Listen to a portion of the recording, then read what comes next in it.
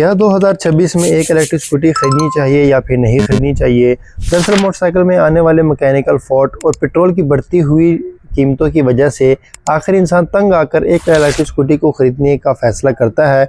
लेकिन ख़रीदने से पहले वो लोगों से फ़ीडबैक लेता है कि क्या इलेक्ट्रिक स्कूटी ठीक है, कामयाब है, सही चलती है, कोई मसला मसाइल तो नहीं देती। तो जब फीडबैक की बारी आती है तो वहाँ पे उनको दो ऑप्शन देखने को मिलते हैं, कोई अच्छे रिव्यूज़ देते हैं तो कोई बुरे रिव्यूज़ देते हैं। दरअसल मसला इलेक्ट्रिक स्कूटी का नहीं है, मसला बजट का होता है। ये सब का सब आपके बजट पे डिपेंड करता है कि आप किस तरह की एक इलेक्ट्रिक स्कूटी को परचेज़ करना चाहते हैं। अस्सलाम वालेकुम, मेरा नाम हसनैन खान है, welcome back to my YouTube channel. आज की वीडियो में आपके इलेक्ट्रिक स्कूटीज़ के हवाले से जितने भी सवाल हैं मैं तमाम सवाल को क्लियर करूँगा। और अगर आप 2026 में एक इलेक्ट्रिक स्कूटी खरीदना चाहते हैं तो ये वीडियो देखने के बाद आपका मुकम्मल तौर पे जो डाउट है वो क्लियर हो जाएगा। इसलिए अगर आप लोगों ने मेरे YouTube चैनल को सब्सक्राइब नहीं किया तो आप लोगों से रिक्वेस्ट है कि मेरे YouTube चैनल को सब्सक्राइब करें। और अब हम चलते हैं अपने टॉपिक की तरफ। दरअसल जब भी आप एक इलेक्ट्रिक स्कूटी को खरीदने के लिए निकलेंगे तो आपके सामने दो रास्ते आएंगे। पहला रास्ता होगा लो बजट का और दूसरा रास्ता होगा हाई बजट का। अब लो बजट और हाई बजट इनको दोनों को हम डिटेल से डिस्कस करेंगे कि अगर आप लो बजट की तरफ जाते हैं तो आपको कौन से फ़ायदे देखने को मिलते हैं और कौन से नुकसान देखने को मिलते हैं, और अगर आप हाई बजट को चूज़ करते हैं तो फिर आपको कौन से फ़ायदे और कौन से नुकसान को देखने का सामना करना पड़ेगा। सबसे पहले हम बात करते हैं लो बजट की। लो बजट का सबसे ज़्यादा बड़ा फ़ायदा यही होता है कि इंसान का बजट, इंसान को ज़्यादा पैसे जोड़ने नहीं पड़ते, ज़्यादा मुशक्क़त नहीं करनी पड़ती और वो लो बजट में इजीली एक इलेक्ट्रिक स्कूटी को परचेज़ कर लेता है। अगर लो बजट की कुछ इलेक्ट्रिक स्कूटी की मैं बात करता हूँ तो लो बजट में आ जाती है तकरीबन 1,55,000 1,56,000 के अंदर, जैसे कि रेवो का A11 मॉडल, EVON का N7 मॉडल। अगर इन दोनों इलेक्ट्रिक स्कूटीज़ की हम बात करते हैं तो इन दोनों की प्राइस 1,55,000 से लेकर 1,57,000 के बीच में है, यानी कि 1,55,000 रुपीज़ एंड 157,000 रुपीज़ के बीच में है। अब इनका नुकसान आपको ये देखने को मिलता है कि सबसे पहले इन इलेक्ट्रिक स्कूटीज़ जो लो बजट्स में आती है उसकी स्पीड्स कम होती है, उनकी रेंज कम होती है, और जो तीसरी सबसे मेजर फॉल्ट है वो है इसके अंदर ग्राफीन्स की बैटरी होना, और चौथी वजह है इनका स्लो चार्जिंग करना। अब चूँकि ये इलेक्ट्रिक स्कूटियाँ लो बजट में तैयार की जाती है तो लो बजट में तैयार करने की वजह से इसके अंदर हर चीज़ थर्ड क्लास की यूज़ होती है। अगर हम शॉक्स की बात करते हैं, ब्रेक्स की बात करते हैं, लाइट्स की बात करते हैं, स्पीड्स की बात करते हैं, हर किस्म की चीज़ इसमें सबसे ज़्यादा सस्ती लगाई जाती है। इसी वजह से ये इलेक्ट्रिक स्कूटी सबसे लो बजट में तैयार की जाती है। और ख़ास तौर पे इन इलेक्ट्रिक स्कूटी को तैयार करने का निशाना वो लोग हैं जिनका बजट बहुत ज़्यादा लो होता है और वो एक इलेक्ट्रिक स्कूटी को परचेज़ करना चाहते हैं। लेकिन दरअसल जो असल बात है वो आ जाती है इसकी बैटरीज़ की तरफ। लो बजट में ज़्यादातर आपको ग्राफीन्स की बैटरी देखने को मिलती है, और ग्राफीन्स का बैटरी अगर आप परचेज़ करते हैं तो एक बात आपने अपने जहन में रखनी है कि ये बैटरियाँ सिर्फ तब तक चलती है जब तक इसकी वारंटी है, और अमूमन इसकी वारंटी आपको 9 महीनों से लेकर 18 महीनों तक की देखने को मिल जाती है। और अगर इन वारंटी के अंदर आपकी बैटरीज ख़राब हो जाती है तो आपको वो batteries free of cost replace करके दी जाती है। लेकिन उन बैटरीज़ की भी कुछ शराइत होती है। अगर आपकी इलेक्ट्रिक स्कूटी की जो बैटरीज़ है लाइक वो मुकम्मल तौर पर अगर डेड हो चुकी हैं तो उसका क्लेम आपको बिल्कुल भी नहीं मिलेगा। इसलिए क्लेम की भी कुछ पोजीशंस होती है। अगर आप लो बजट में एक इलेक्ट्रिक स्कूटी ख़रीदने जाते हैं तो आपने वहाँ से क्लेम करने की तमाम के तमाम जो वजूहात है वो आपने अच्छे से पढ़ लेना है। आपने एक डीलर को कह देना है कि इस इलेक्ट्रिक स्कूटी की जो बैटरीज़ है उसको ख़राब अगर हो जाती है तो उसका क्लेम का क्या प्रोसेस होता है, वो किस वजह से हमें क्लेम मिलेगा, वो किस वजह से हमें क्लेम नहीं मिलेगा। अब हम चलते हैं अपने दूसरे पार्ट्स की तरफ जो कि है हाई बजट। अब बात करते हैं हम हाई बजट की। अब अगर आपका बजट हाई है तो इसमें आपको मज़ीद दो रास्ते देखने को मिल जाते हैं। तो हाई बजट को चूज़ करने के बाद आपके पास मज़ीद दो रास्ते आएंगे।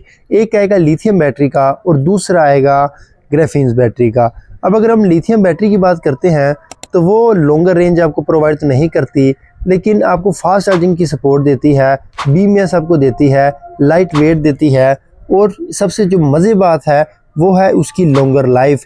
जो लिथियम बैटरी होती है वो आपकी आसानी से 5 साल से 10 साल चल जाती है, लेकिन ये डिपेंड करती है उसके सेल्स के ऊपर कि उसके अंदर कंपनी ने किस किस्म के जो सेल्स है वो लगाए हुए हैं। और अगर इसके बदले हम ग्राफीन्स के बारे में बात करते हैं तो ग्राफीन्स आपको उसके मुकाबले में थोड़ी सी वेटली देखने को मिल जाएगी, यानी कि अगर आप इसको परचेज़ करते हैं तो आपकी इलेक्ट्रिक स्कूटी का वज़न थोड़ा सा ज़्यादा होगा, लेकिन वज़न के साथ साथ जो रेंज है वो आपको लिथियम की निस्बत थोड़ा सा ज़्यादा देखने को मिलेगा। लेकिन उसका इशू ये है कि ज़्यादा रेंज तो आपको मिल जाएगी, लेकिन रेंज के अलावा जो आपकी इलेक्ट्रिक स्कूटी है उसका वज़न थोड़ा सा ज़्यादा होगा, वो स्लो चार्जिंग करेगी और उसकी जो एक्यूरेसी होती है, यानी कि जो बैटरी की चार्जिंग की जो एक्यूरेसी होती है वो बिल्कुल एक्यूरेट नहीं होती। आपको 100% नहीं पता कि आपकी इलेक्ट्रिक स्कूटी में इस टाइम कितनी जो चार्जिंग है वो रहती है। और सबसे बड़ी बात यह है कि अगर आप ग्राफीन्स को चूज़ करते हैं तो आपको मज़ीद एक साल बाद या दो साल बाद उसकी जो बैटरीज़ है वो अगेन चेंज करनी पड़ेगी, जिसकी कॉस्ट बहुत ज़्यादा है। तो इसलिए यहाँ से पता चलता है कि अगर आप हाई रेंज की तरफ जाते हैं, यानी कि 2 लाख रुपए से प्लस की रेंज में जाते हैं, तो आपको ग्राफीन्स के बजाय लिथियम बैटरी को चूज़ करना चाहिए। लेकिन अगर आप लिथियम बैटरी को चूज़ करते हैं तो उसमें मज़ीद आपको 2 रास्ते देखने को मिल जाते हैं। यानी कि एक रास्ता आपके पास नॉर्मल लिथियम का आ जाता है जो कि छोटी बैटरीज होती है, और दूसरी तरफ आपके पास बड़ी लिथियम का आ जाता है यानी कि जो महंगी होती है। अब यहाँ पे बात करते हैं कि अगर आप लिथियम को चूज़ करते हैं तो आपको कौन सी चूज़ करनी चाहिए। सबसे पहले हम बात करते हैं लिथियम की स्टार्टिंग के हवाले से कि अगर आप लिथियम बैटरी वाली इलेक्ट्रिक स्कूटी को चूज़ करते हैं तो आपको कौन से फ़ायदे देखने को मिलेंगे, कौन से नुकसान देखने को मिलेंगे, और लिथियम में इस टाइम कौन सी इलेक्ट्रिक स्कूटियाँ आप लोगों को परचेज़ करनी चाहिए। सबसे पहले अगर हम नुकसान की बात करते हैं तो अगर आप लिथियम की तरफ जाते हैं तो इसमें एक मेजर मसला आपको यही देखने के आएगा कि उसकी जो कॉस्ट होती है वो ग्राफीन की निस्बत बहुत ज़्यादा होती है।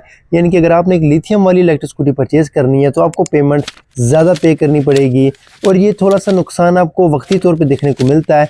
लेकिन अगर आप लॉन्गर चीज़ को लंबी ज़िंदगी के हिसाब से तसव्वुर करें, लॉन्गर लाइफ के हिसाब से तसव्वुर करें, तो ये लॉन्ग टर्म में आपको बहुत ज़्यादा फ़ायदे देगी। आई होप कि आप लोगों को मुकम्मल तौर पे क्लियर हो चुका होगा कि आपको ग्राफीन्स बैटरी वाली इलेक्ट्रिक स्कूटी परचेज़ करनी चाहिए या फिर लिथियम वाली परचेज़ करनी चाहिए। अब जो लोग इलेक्ट्रिक स्कूटी ख़रीदने के बाद रोते हैं, पिटते हैं, उसकी यही वजह है कि वो लोग ग्राफीन्स बैटरी वाली इलेक्ट्रिक स्कूटी को परचेज़ कर लेते हैं और बाद में ज़लील होकर लोगों को कहते हैं कि इलेक्ट्रिक स्कूटी परचेज़ मत कीजिएगा, ये बहुत ज़्यादा नुकसान देती है। असल में नुकसान इलेक्ट्रिक स्कूटी नहीं देती, इंसान की सोच देती है, क्योंकि वो एक गलत चीज़ को चूज़ करते हैं। इसलिए जब भी आप इलेक्ट्रिक स्कूटी परचेज़ करें, हमेशा वो इलेक्ट्रिक स्कूटी परचेज़ करें जिसके अंदर आपको लिथियम आयरन फॉस्फेट की बैटरी देखने को मिलती है। अब अगर आप कुछ बात करते हैं इलेक्ट्रिक स्कूटीज़ के हवाले से जिसके अंदर आपको लिथियम आयरन फॉस्फेट की बैटरी देखने को मिल जाती है, तो अगर इसकी स्टार्टिंग प्राइस हम बात करते हैं तो ये आपको 2,10,000 से देखने को मिल जाती है। 2,10,000 में आपको बेलिंग की फायरफ्लाई देखने को मिल जाती है, बेलिंग की फेरी देखने को मिल जाती है जिसकी जो रेंज है आपको तकरीबन 70 किलोमीटर की जो रेंज है वो आपको देखने को मिल जाती है। इसके साथ 2,15,000 में आपको मेट्रो की T9 सपोर्ट देखने को मिल जाती है। इसके साथ साथ आप लोगों को मेट्रो का थ्रिल प्रो लिथियम देखने को मिल जाता है। इस तरह याडिया का T5L यानी कि T5 लिथियम आपको देखने को मिल जाता है, और इन तमाम लिथियम के अंदर 72 वाट 30 एम्पियर की जो लिथियम आयरन फॉस्फेट की बैटरी देखने को मिल जाती है। यानी कि इन तमाम की जो एवरेज है वो आपको तकरीबन 70 किलोमीटर तक देखने को मिल जाती है। लेकिन अगर हम कुछ अच्छी वाली लिथियम की बात करते हैं जो आपके रोज़मर्रा के कामों के लिए बहुत ज़्यादा काफ़ी है, और रोज़मर्रा के कामों के साथ आप इजीली एक शहर से दूसरे शहर भी इजीली ट्रैवल कर सकते हैं, सफ़र कर सकते हैं, तो उसकी स्टार्टिंग प्राइस 2,75,000 रुपये यानी कि 2,75,000 रुपीज़ में आप लोगों को लिथियम आयरन फॉस्फेट 72 वाट 40 एम्पेयर की बैटरी मिल जाएगी। अगर हम कुछ इस इलेक्ट्रिक स्कूटी की बात करते हैं तो यहाँ पे हमारे पास बेलिंग की फ्लैश देखने को मिल जाती है, बेलिंग का चैम्पियन देखने को मिल जाता है।